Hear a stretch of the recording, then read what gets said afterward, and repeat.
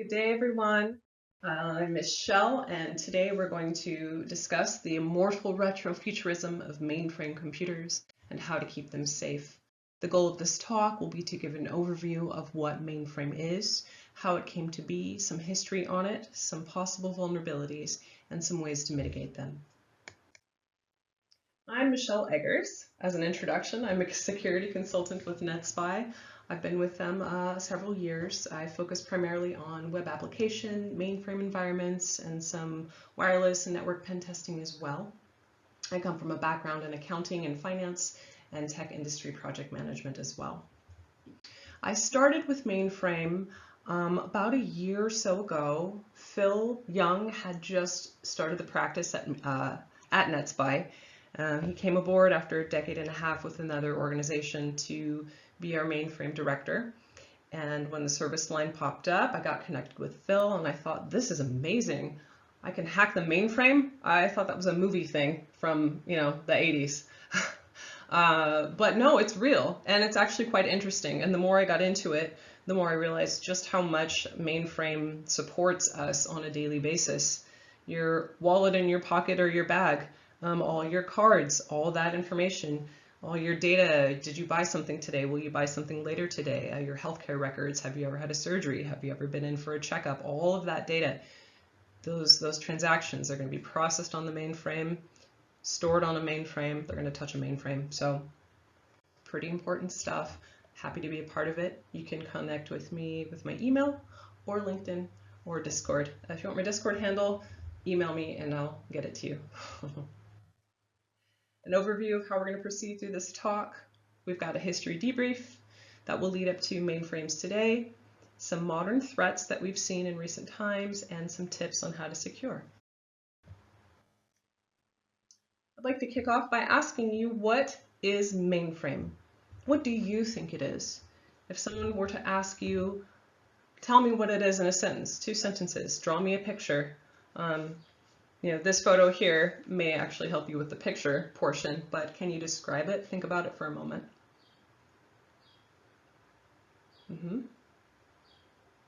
Great. Well, I'll let you in on a secret here. They are computers. That is it. They're essentially big data servers in a way, but more specifically, they are high performance computer systems. They've got immense processing and storage power. They have unique operating systems like z/OS or Linux and IBM Z, and they're frequently used to support the financial industry, healthcare, aviation, government agencies, and so on. Things that have a lot of data that has to be very safe. Let's also take a look at some common myths versus facts. One is that mainframe is outdated. When you think about it, perhaps images are conjured of these big rooms with gigantic, low-powered, low-tech machines, papers and crunching noises. Well, that may have been true at one point, but as with all technologies over the years, mainframe has continuously evolved. They were also among some of the earliest systems to adopt virtualization and built-in encryption. You've got things like logical partitions, LPARs, on a mainframe that come basically ready to go for you to isolate and separate unique environments within your one machine. And each of those LPARs can have its own, any number of applications, subsystems, things like CICS or CICS would live on that. So there's a lot of functionality there with some moves into the future with things like AI integration, which we'll touch on again in a little bit. Another common myth of recent years is that cloud is replacing mainframe. That is, it's a nice idea in some ways. Unfortunately, due to regulatory compliance reasons, or simply barriers to transition, such as cost or a shortage of professional practitioners able to understand the application, the code that it's written in, the COBOL as an example. Moving off of the mainframe is either very challenging or simply against your compliance rules. So what we're going to see more of, the more likely conclusion, is hybridization of mainframe and cloud working together, as opposed to cloud replacing mainframe in its entirety. And finally, another myth I'd like to cover is the idea that it's too specialized.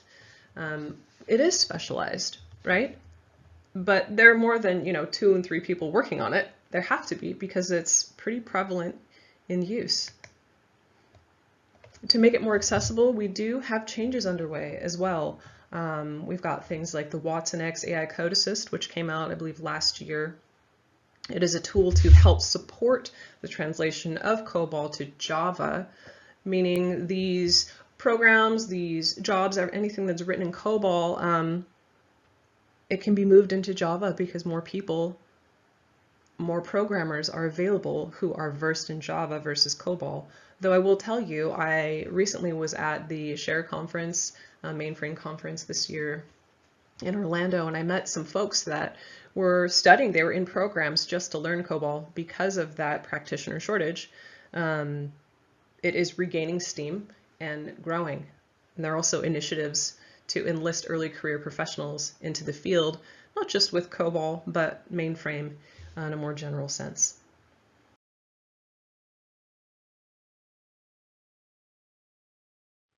I'd like to now introduce a brief history of mainframe technology. Beginning in 1937, we see the U.S. Navy Bureau of Ships with some prototype technology, pre-technology.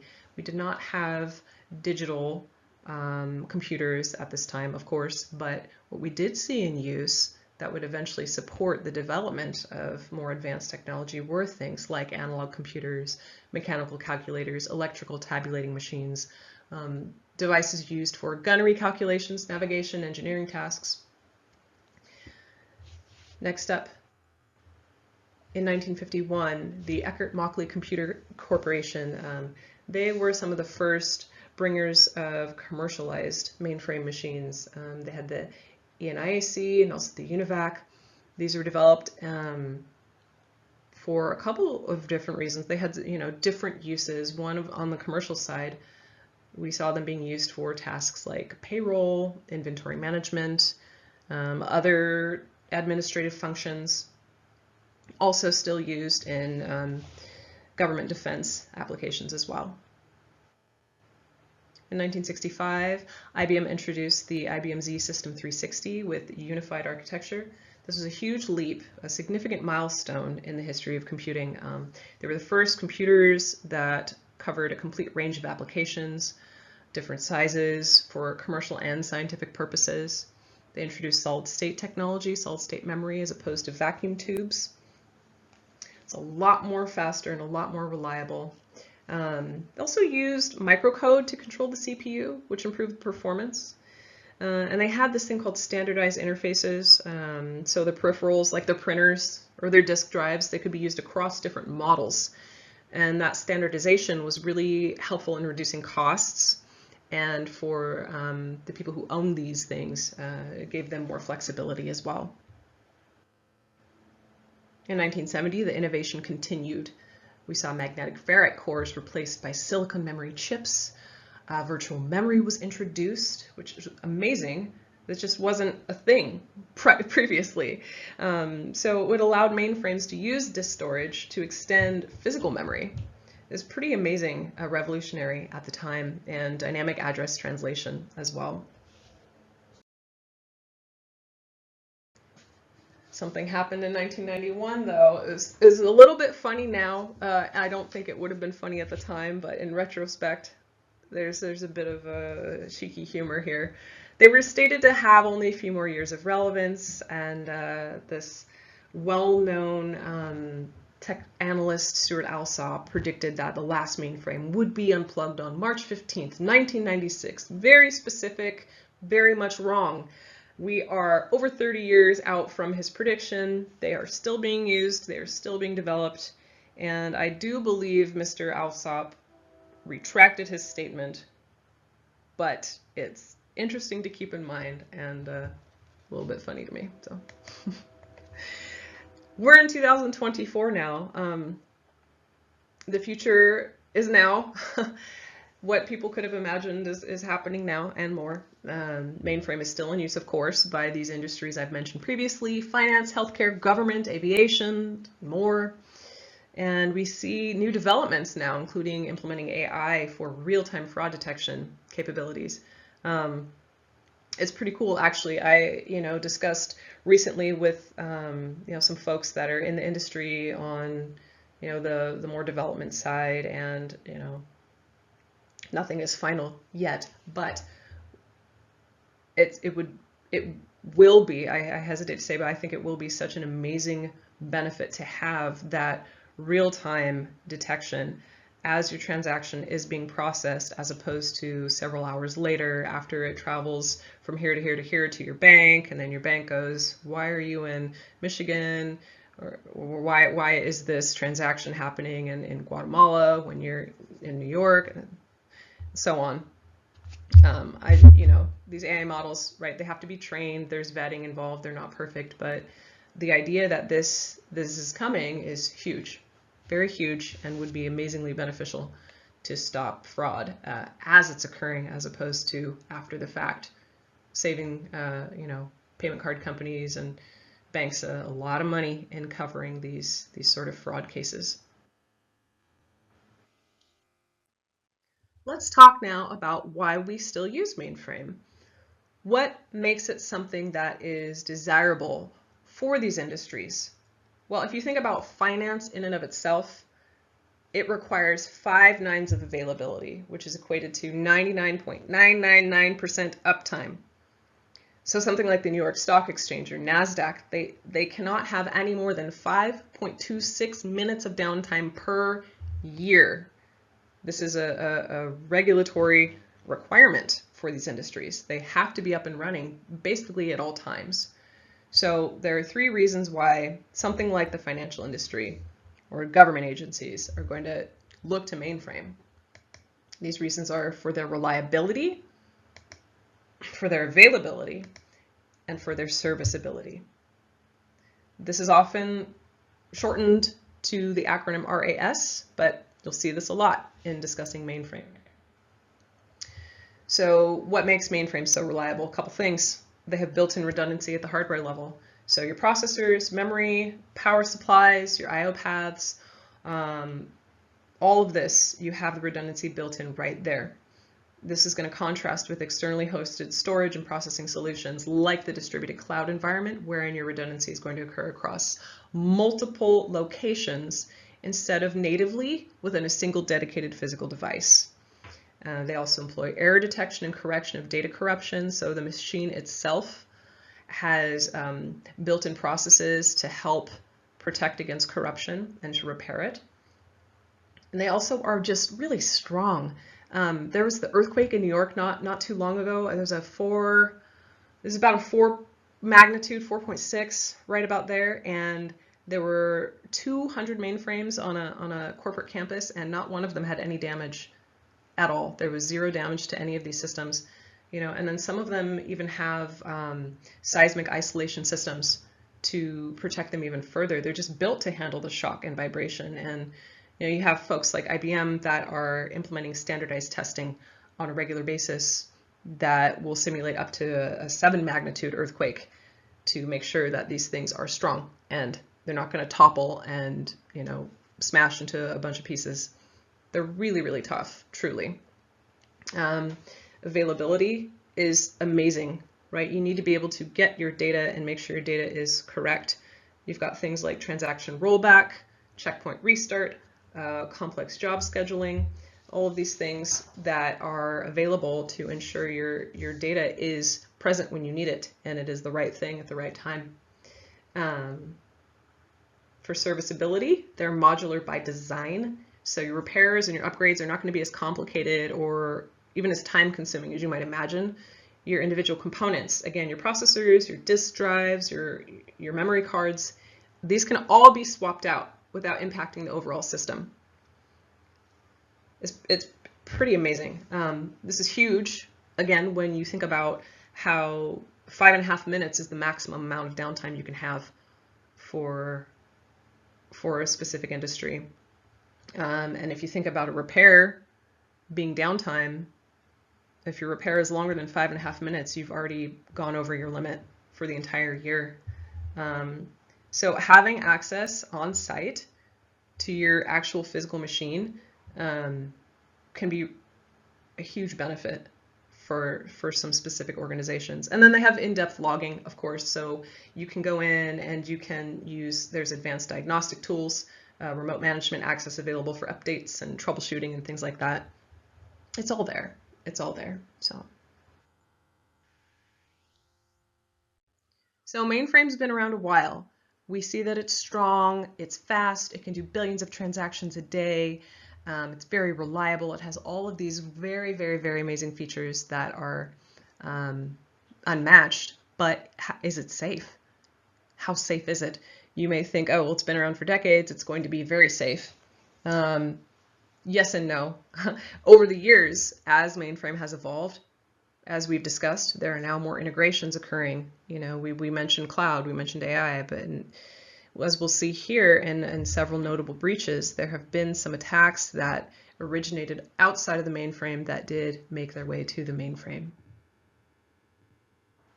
The TJX Company's data breach. This was a payment card data breach that exposed 45.7 million credit and debit card numbers. That affected a lot of users, and it began with a weakness in the wireless network that the attackers were able to exploit and pivot into the mainframe and retrieve that data. The Heartland Payment Systems breach. This time we had double the last. It's 100 million cards compromised. This was at the hands of a global cyber fraud operation, and it was a combined attack of network and application vulnerabilities. So before it was a wireless network, and now we see it's maybe a more generalized network and application that was used to gain access to mainframe. And then the Equifax data breach in 2017.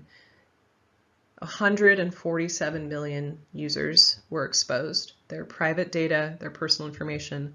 This time it was through a web application that was the initial access. So we see that it can be through the wireless network. It could be through a web application. It could be any number of things that could give an attacker the potential to move from that weakness into the mainframe environment to retrieve all of this data. But we also have to consider, shouldn't the mainframe be secure in and of itself? Yes, it absolutely should. So let's take a look at some of the typical findings that we have seen in our mainframe service line in some of our pen tests. So we've seen that mainframe can be compromised through integrations and connection to other environments, other features. But what about securing the mainframe itself? What vulnerabilities exist on the actual mainframe? I'm going to tell you a few things that we see in our penetration tests.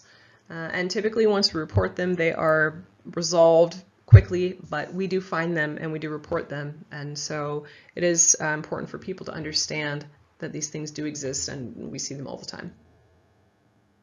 Broken access control, local file include of data sets and Unix files. So being able to modify your request, or your transaction, or reference it in such a way that you are retrieving data that you are not intended to be retrieving.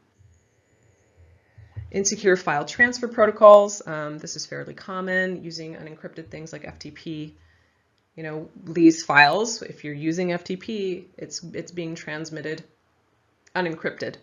So if there's a listener in place of any kind able to intercept that data as it is transmitting, it's in clear text, which means it is readable.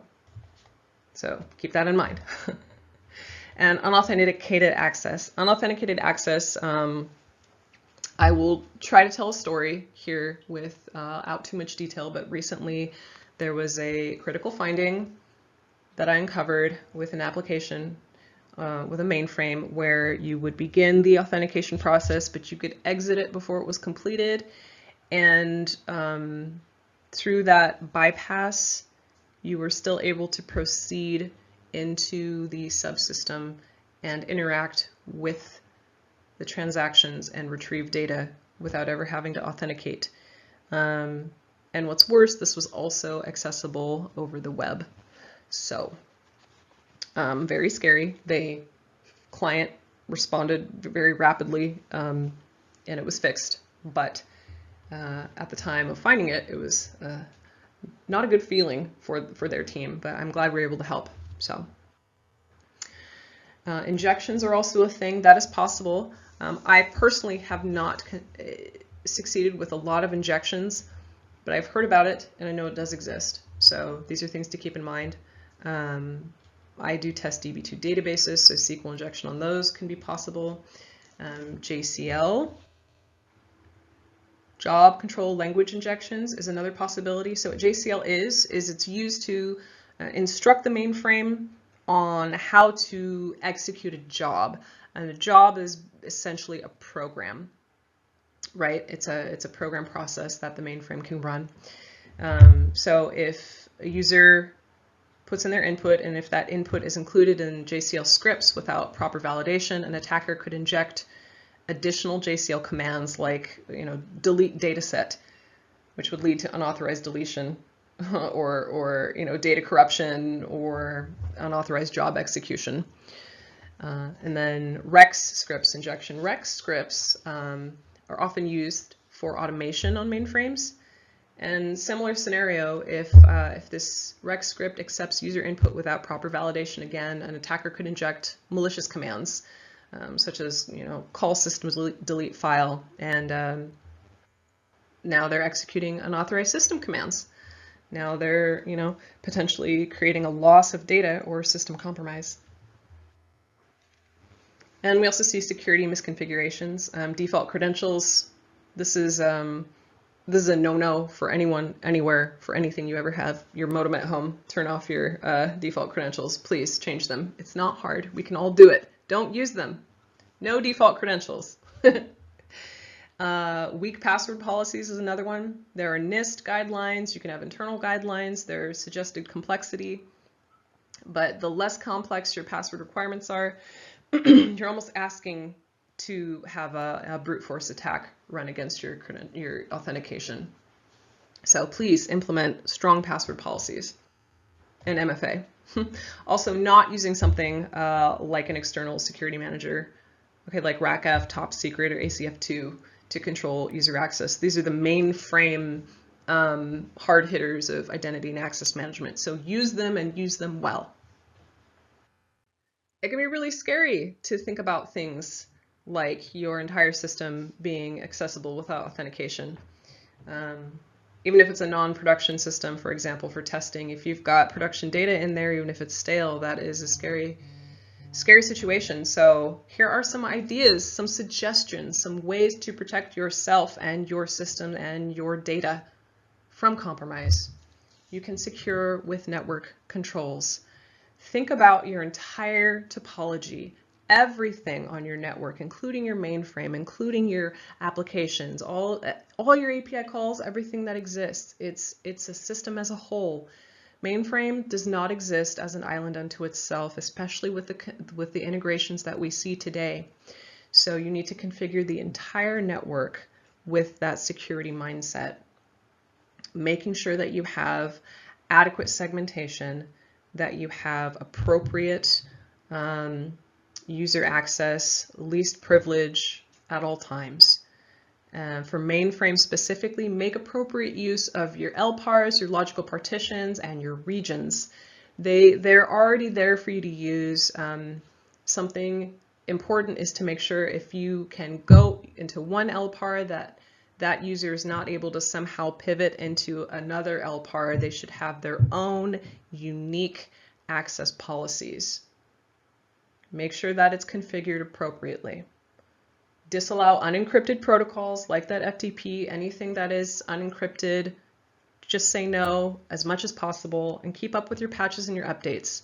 Very general suggestion, but it always applies. It always applies. Don't take that lightly. These patches and these updates, they're released for a reason. You can also secure through compliance. Implement things like CIS benchmarking for secure configuration guidelines. This is a community consensus process, right? CIS, really good stuff. I believe you go on there and you look up, if you're using ZOS, and it will have suggestions on things you can check, specific things, tests you can do to review your security, to do some auditing. Same thing with the DISA STIGs. These are Department of Defense guides derived from NIST 800-53. Again, incredibly useful, very, very helpful tools. I will sometimes use these on my tests even. I recently used the STIGs one on a DB2 test, and it was incredibly helpful. It even had commands in there I could run to test for unauthorized running of things. Okay, and then secure with ongoing reviews. Monitor your traffic with SOC. The mainframe logs are robust. Take advantage of them. Keep an eye on abnormal activity. Keep an eye on your access. Who's logging on? When? Why? How frequently? Things you will notice with any type of logging and SOC activity. It also applies to mainframe. So make sure you're using it a lot and often. Audit your identity and access management on a regular basis. Implement your MFA. There was just it was a cloud breach that occurred in June 6th or 5th. People were using, credentials to get in, and it was a major breach yet again in the distributed cloud environment. If MFA had been implemented correctly, I believe that it would have helped mitigate that scenario. And establish recurring audits for all your features and conduct frequent penetration testing internally and through third parties. Can't recommend that enough. Of course, I'm going to be biased on the third-party pen testing because that is what I do, but genuinely having a fresh set of eyes on your environment is incredibly helpful. I love internal pen testing as well. I want to see people doing it often, all the time, trying different things, trying to break their own stuff. I love it. I love it. I love the auditing. I love the review. And I love the idea of saying, hey, we need to bring you people in who've never seen this before just to make sure. Get those eyes on it. We're not going to tell you too much. Have at it. Tell us what you find. And you know what? We find things every single time. So it definitely pays off. What have we learned today about mainframe? We've taken quite a journey from the beginning to now and taken a peek at what's coming down the pike. We've looked at how it's not going away anytime soon. We've found out about the industries that mainframe supports and why. We've looked at the potential increase in vulnerabilities from the new integrations all the time. We love the integrations. They are a positive thing. I like to see them, but also we need to test them. We need to put them through the ringer of security. And with diligence, we can combat these threats together. Very excited to see the future of mainframe. Genuinely, personally, I love the resurgence. I love seeing the new practitioners popping out of college, people getting into these new to Z programs. It's really cool. Very exciting stuff. Thank you all again so much for joining me as we traveled through the immortal retrofuturism of mainframe computers and how to keep them safe. I love to discuss mainframe and penetration testing in general. Please do hit me up on my email or find me on socials. Again, I'm a security consultant at NetSpy, and I hope you enjoy the rest of your time here at CyberjutsuCon 2024. Thank you and have a wonderful evening. Take care.